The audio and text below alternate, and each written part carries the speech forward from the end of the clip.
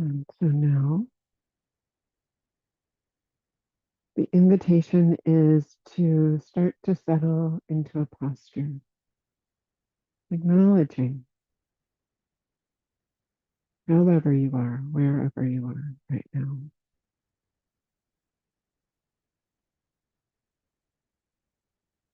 Sensing into whatever confidence or trust is there.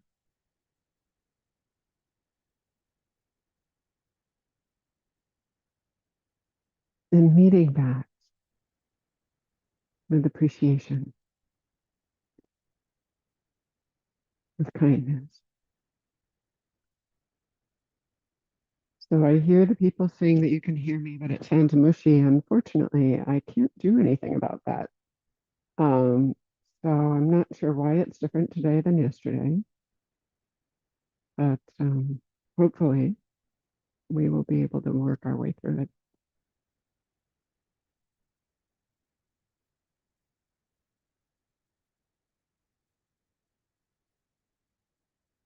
So rooting yourself in the integrity of your posture.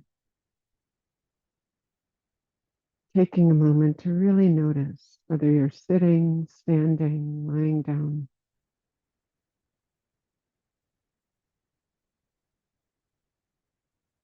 Centering your weight over your hip points, your feet, allowing your head and your spine to be aligned. And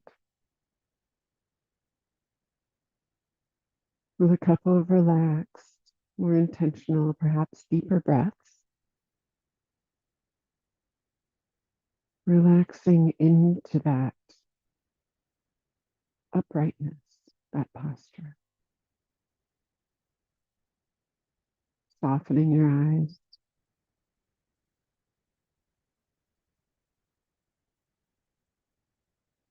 And letting go, releasing, offering the exhale.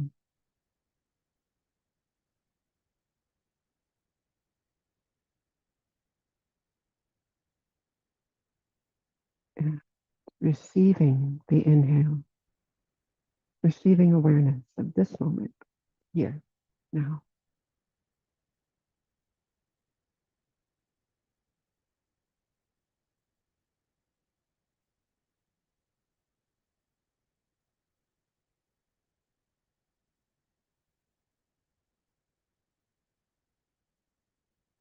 Allowing the eyes to be soft, the tongue to be soft.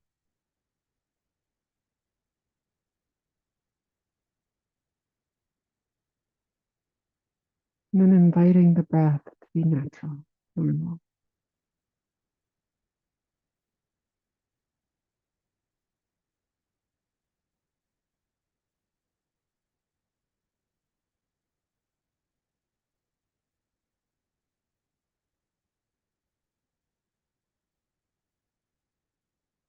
And for the next few minutes, whatever your anchor of attention is, breath, sound, body, the invitation is to give yourself over completely to it.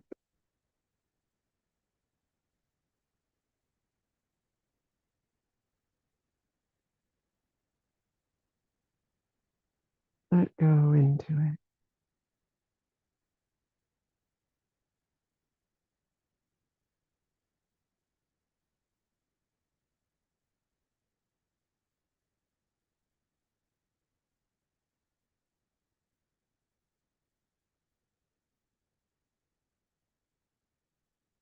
Staying in contact with the moment.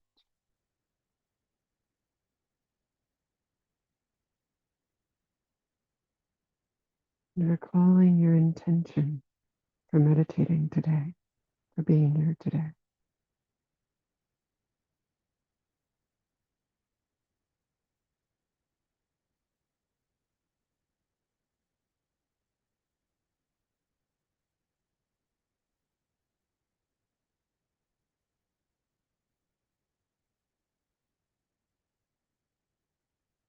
And then allowing the body to completely relaxed, inviting the mind to relax.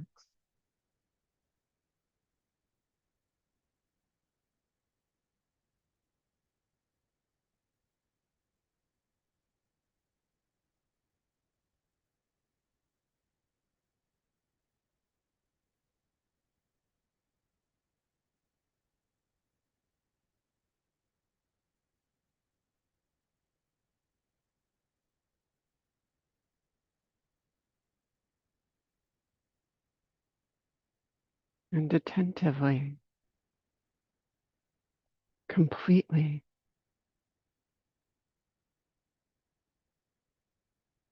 being with each moment.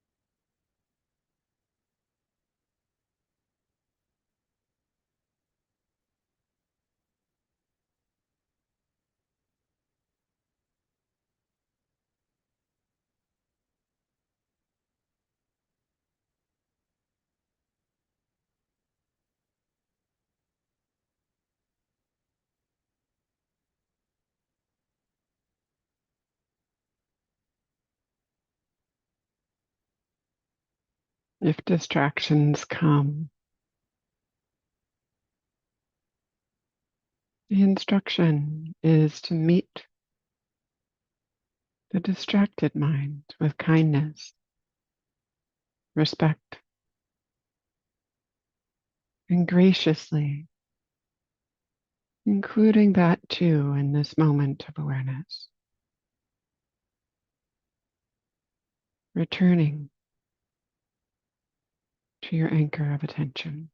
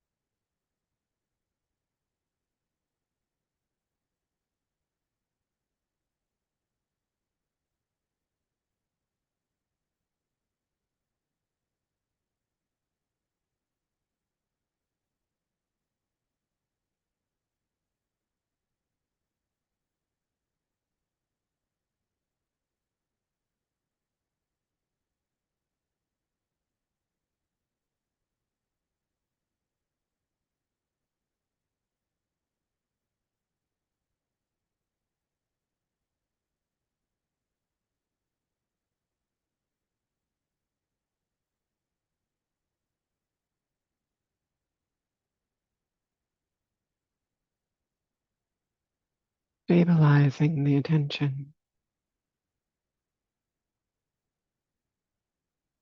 by getting interested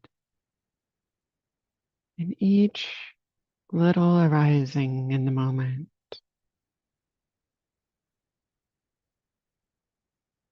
each part of the breath, each waver or change in the sound, each moment of silence or stillness.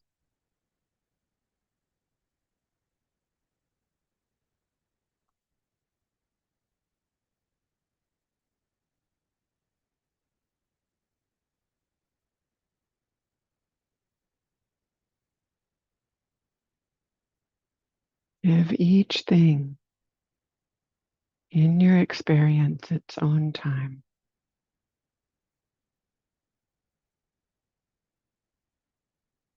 Listening deeply, being with, companioning whatever is present, while resting softly in the moment.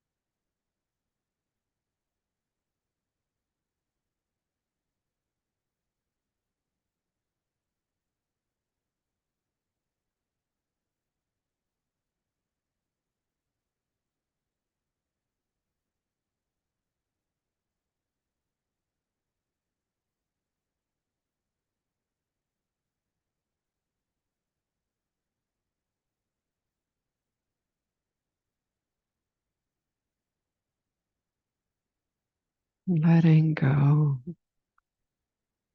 letting all of who you are release into the attention, into the breath, into the moment,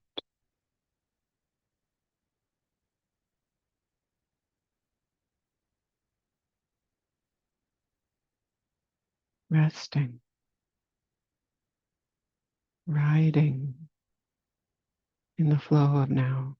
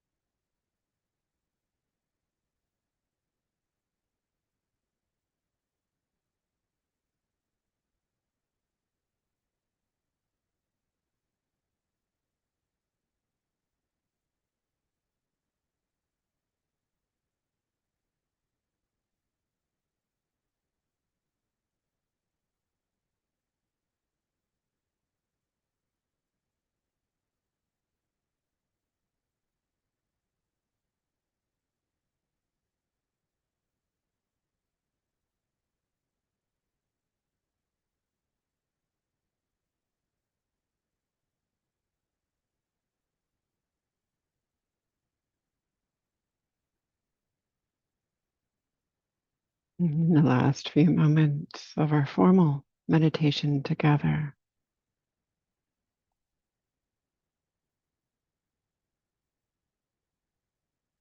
please consider recollecting these moments of meditation in an appreciative way,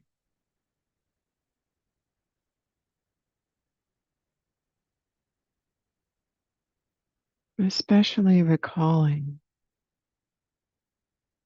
every little glimmer of mindfulness, awareness, calm,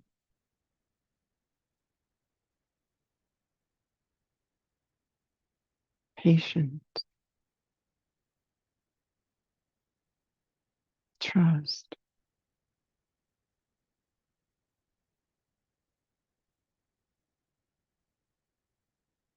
and in a wholehearted, complete way, gathering those moments up and savoring them, taking them in as nourishment.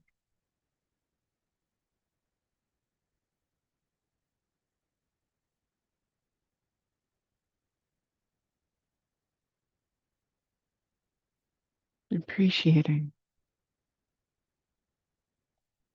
respecting the time you've offered this practice today.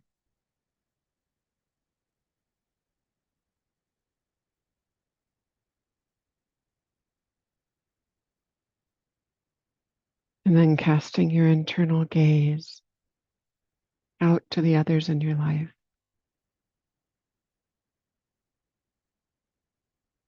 and offering them too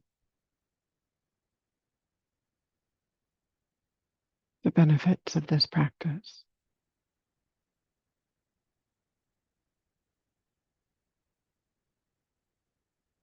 May they be safe, happy, peaceful, and free.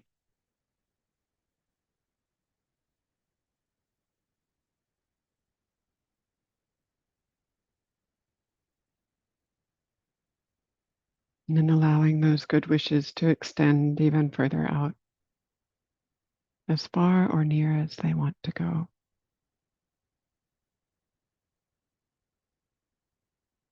May all beings be happy, safe, peaceful, and free. May the benefits of our practice here together ripple out through our lives, all of the lives we touch, and all of the lives they touch, as an offering to the world.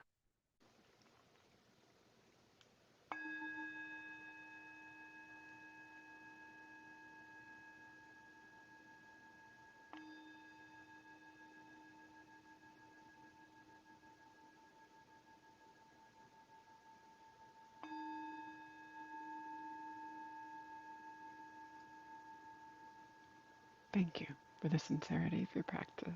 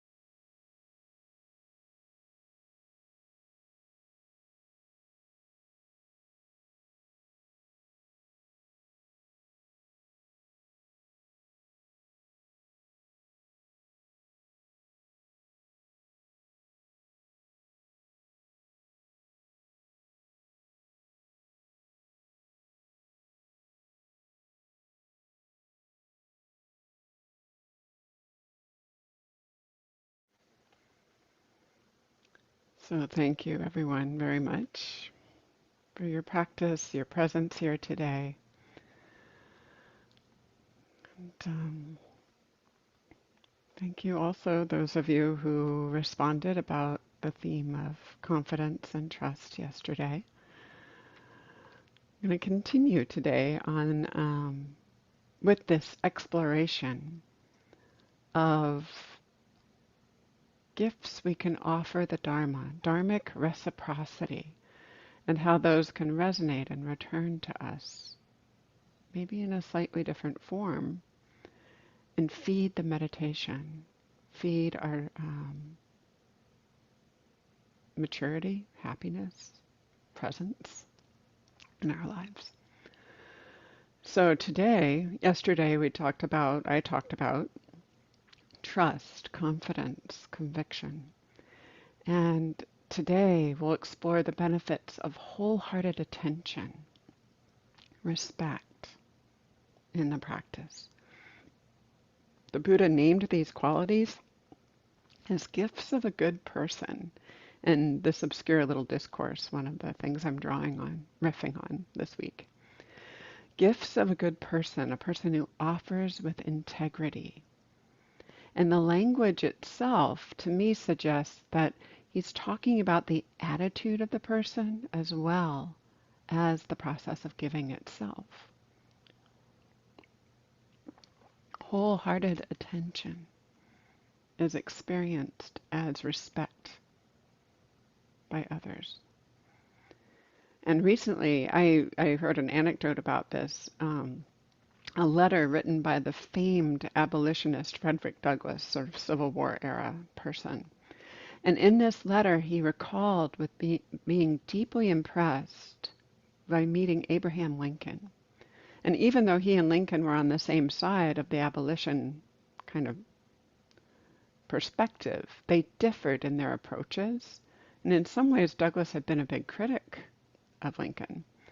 But Douglass, when they met, was moved by how completely Lincoln paid attention, met him wholeheartedly, completely, respectfully where he was. I was moved by that. There are accounts, too, of the Buddha himself offering this kind of respect through wholehearted attention. The Buddha paid close attention to all kinds of people who came to ask questions, debate, receive teachings, regardless of their point of view or their caste back in ancient India.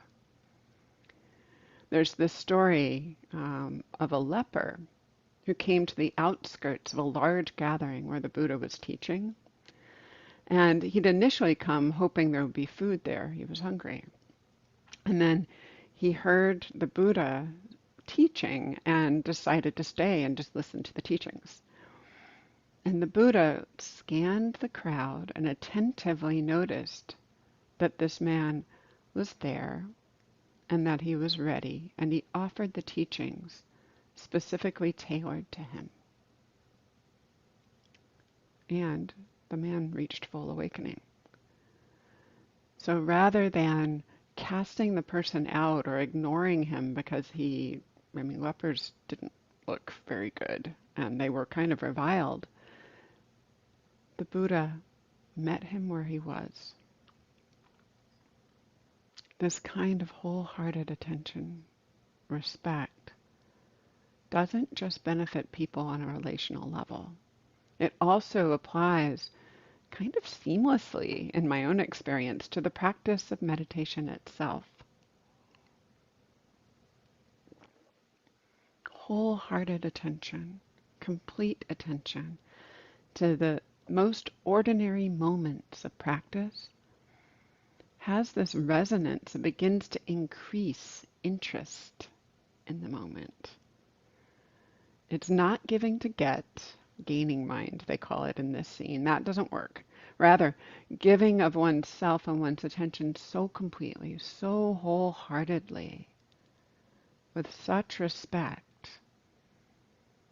It's like an offering, a deep listening that naturally inspires a response. And that invites more gifts of the practice.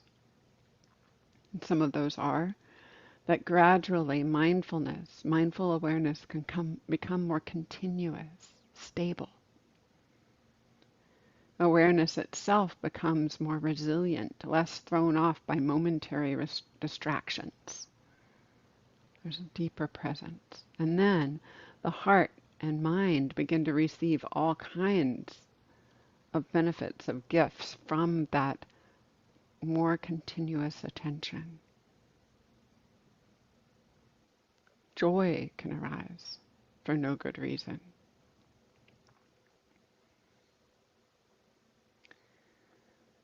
The good news is that setting all of this in motion, including the joy, can be cultivated through this kind of completeness, this giving over to being in the moment, to attending closely with respect. And here's some ways that can work. First, it can be really helpful to set a resolve, an aspiration to get interested, to be attentive.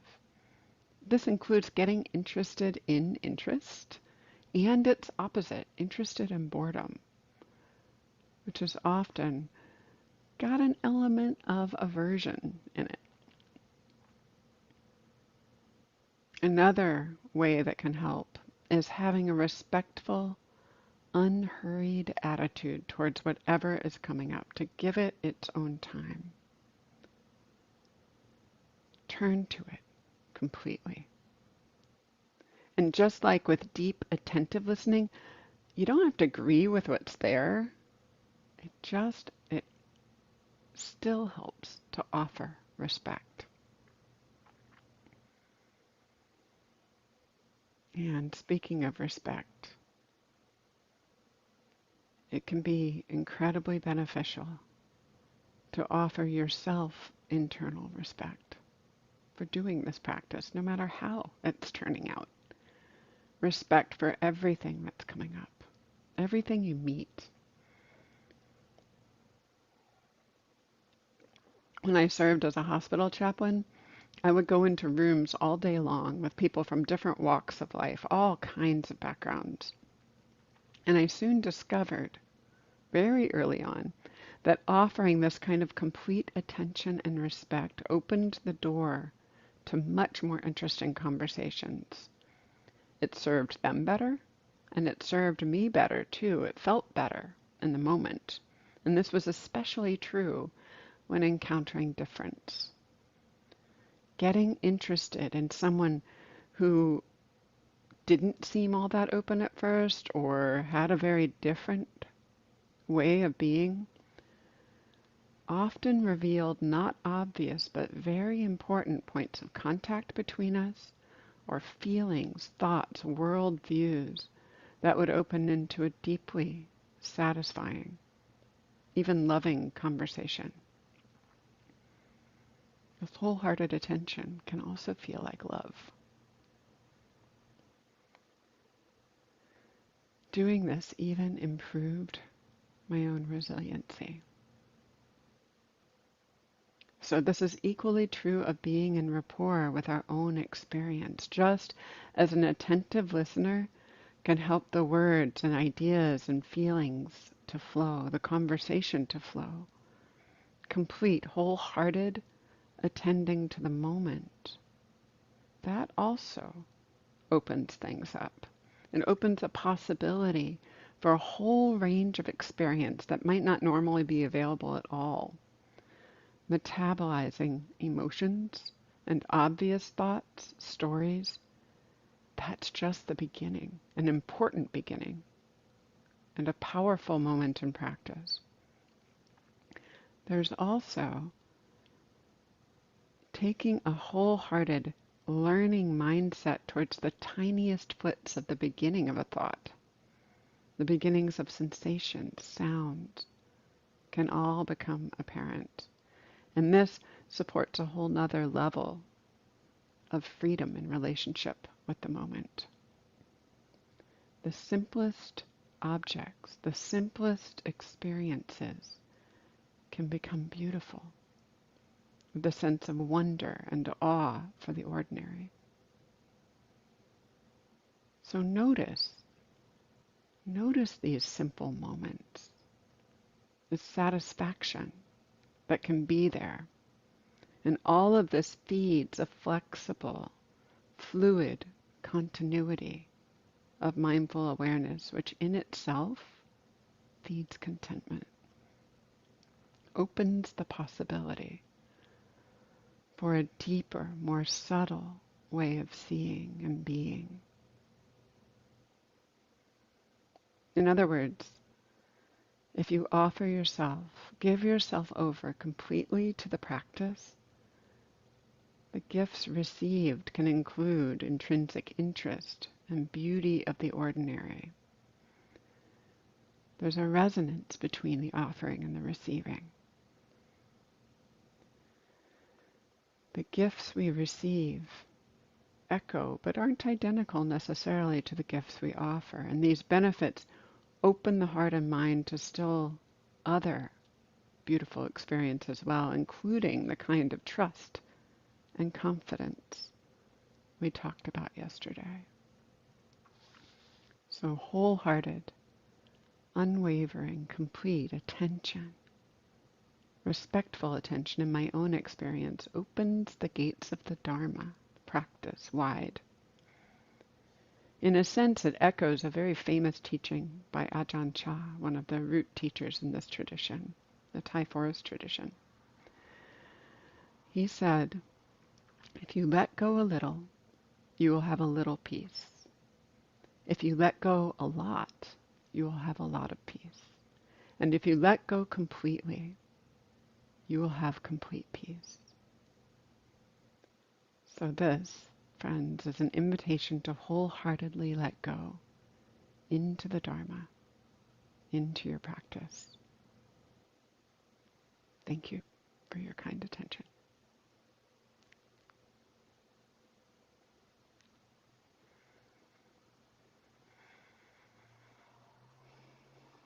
And the invitation between now and tomorrow morning, or tomorrow, whatever time it is for you, is to notice the effect of offering wholehearted attention, complete attention, maybe with another person in your life and with yourself.